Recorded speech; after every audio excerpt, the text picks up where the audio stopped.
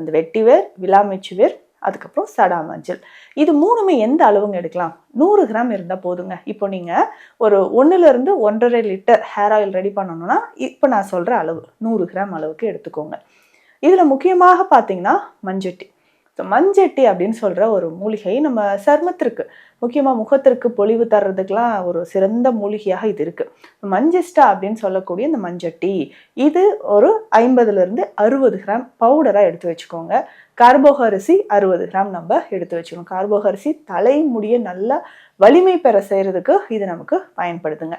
அடுத்தது பார்த்தீங்கன்னா இந்த காய்ச்சி கட்டி, அடுத்ததாக பார்த்தீங்கன்னா இந்த குன்றி மணி, இது எல்லாமே ஒன்றா சேர்த்துக்கோங்க.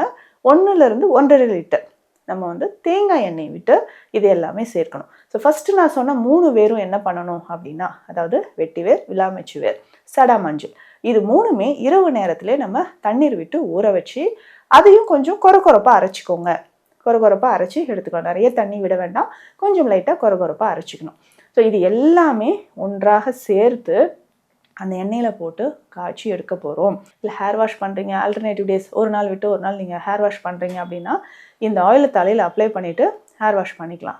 நல்ல பெஸ்ட்டு ரிசல்ட் உங்களுக்கு இருக்கும்.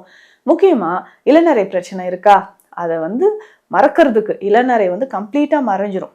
அதுக்கான ஒரு பெஸ்ட் ஹேர் ஆயில்னா இது நம்ம சொல்லலாம்.